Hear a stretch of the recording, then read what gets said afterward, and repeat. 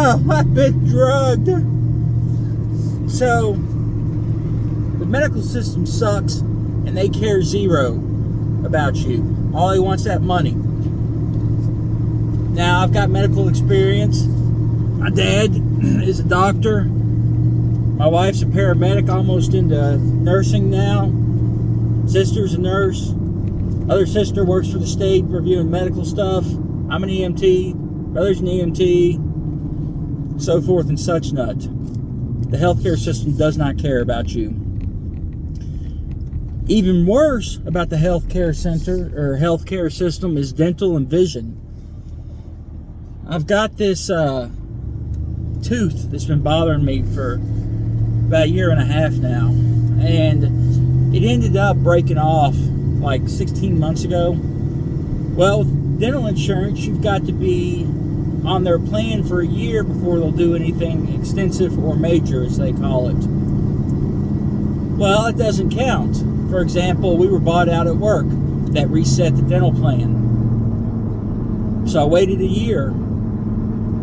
After the first year in January, work is updating the dental plan again to something better.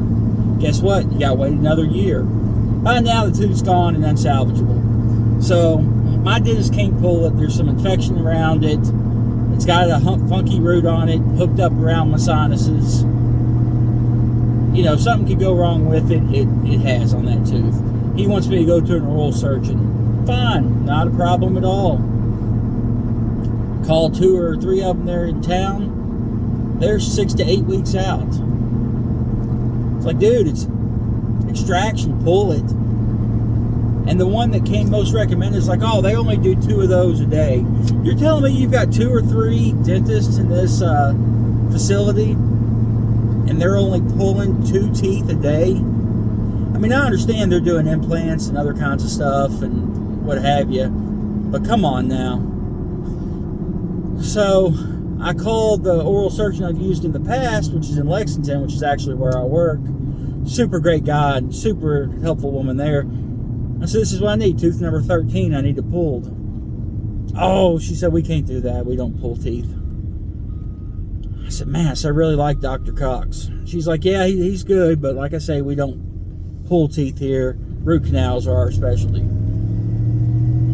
Which would make sense, because everything I've had done through oral surgeon has been root canals. Anyways, knocks him out. I said, well, who would you recommend? So she recommended me to another place in Lexington. I called them this past Monday. I said, hey, so this is what I got going on. Tooth number 13, I need an extraction. She said, oh, okay, yeah, no problem. She said, we've actually had a cancellation. Can you come in Wednesday, which was yesterday? I said, absolutely. So I go in there, and he looks at it, and he's like, yeah, it's not salvageable. I said, I know. I said, I need it pulled. I said, it's hurting real bad. It's starting to keep me up at night, and so forth, and henceforth. Now, I don't toss Dad's name around, and we have different last names where I'm technically the stepchild. But anyways, I said, yeah, I said, he was talking, I said, I don't need all this medical blabber talk. I said, I understand fully. My dad was a dentist for 40-something years. He said, oh, who's your dad? So I tell him. He said, hold on a second. And he walks out. Comes back in and said, if you've got a little bit, he said, I can work you in. He said, I'll get you taken care of today. I said, Doc, I said, I really appreciate it. I said, because it's killing me. So he leaves. Then the financial coordinator comes in. You know it's bad if they're sending in financial coordinators. Because now we're into needing gas and practically put to sleep and maybe some bone grafting and obviously some sutures. Probably what you're going to end up with. That crooked root I mentioned earlier, probably tear coming out. Anyways, I said, all right, what you got? He said, this is weird. He said, it says, insurance pay only. So we talk about them. They're not going to charge me anything to do this tooth. They're going to just roll with it, pull it, whatever insurance pays. That's what they're going to bill me for. Now, 1 of 2 reasons to do that. 1, because he knew Dad. Or 2, because it's a simple extraction for them. And it literally takes like 3 minutes for him to pull it. So I'm like, great. I said, well, still getting it done. So they numb me up. Doctor comes in, we're talking. And I said, yeah. I said, Dudley Glass married my mom when I was 2. I said, that's why my last name's different. And he really likes Mom. And I had to tell him that she passed a couple of years ago. Cancer got her. But anyways, he went through, and this nurse girl threw her leg up on my side, pinning me down. And then he put his forearm across my chest. Now, mind you, I'm gassed up with all this. So I'm over here contemplating life. It's like those mathematical equations you see in movies. That's the crap that's going through my head. And I said, I didn't say anything because he started working on me. And he's twisting and yanking this tooth. And they pinned me down so he could get some leverage. Because he basically had to corkscrew it out. So, I damn near passed out. But I can barely open one eye. And I see him doing this. And I'm like, oh, I said, you suturing me up? He said, yeah. He said, we tore a little bit, we got to sew it up. I said, so the tooth's out? He said, yeah. He said, it's good to go. I said, good. I said, Doc, I said, because you really hurt me bad. He laughed. He said, if you're hurting now, wait till about 10 o'clock tonight. I said, great. So he prescribed me some pain medication and, of course, antibiotics. And he left, which I didn't get to talk to him. I would have liked to have talked to him more. And, I'm very appreciative that he was able to work me in. And that's what you get with an old school doctor, not some corporate guy. But anyways, nurse is like, be sure to take this pain medication, get it in your system before the other stuff wears off, blah, blah, blah, blah, blah. So, I am just so glad to have that tooth out. I mean, it just, for weeks and weeks, it's been killing me. But it was funny, I was laying there on the gas, and I knew I'd been there for a long time, so I'm trying to fight this stuff, because that's the way I roll. I do it with anesthesia, too, anesthesia, just fight the hell out of it. But, I told the nurse, I said, hey, how long have I been in this chair? And she said, oh, it's been a little while. I said, no, she said, you got someplace to be? I said, no, I'm just curious, of an actual minute. I said, how long since he gave me that first shot? Well, she let the blood pressure cuff go. She said, as soon as that gets done, I'll tell you exactly. So she printed something. She said, you've been here for an hour and 6 minutes. That's from the time I started the gas. I said, oh. I said, okay. I said, because it feels like I've been here for 3,274 days. She laughed. She said, no, it's just a little over an hour. It's just weird how that stuff messes with you.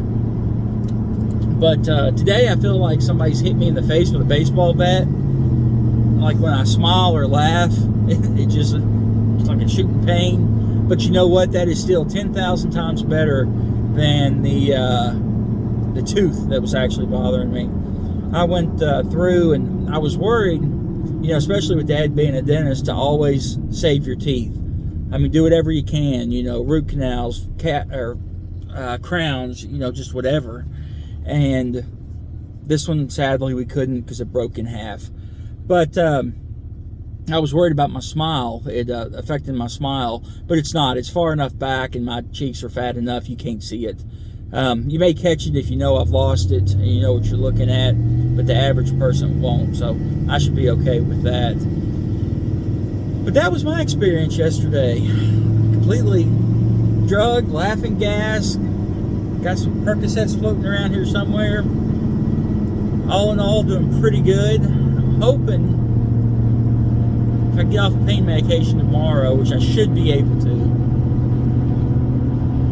and then probably a week before it really heals up. And I don't know if I need to take my stitches out or if they're the dissolving stitches. I don't remember them telling me about that. I might call if they don't come out in the next week or 3. But other than that, that's about it that's going on. I tell you, one other thing, I'm going to have to change my logo, I think, a 3rd time. I had posted that, but I was having trouble getting some stuff printed because it had that like red maroon background. I guess they needed it on white or translucent clear.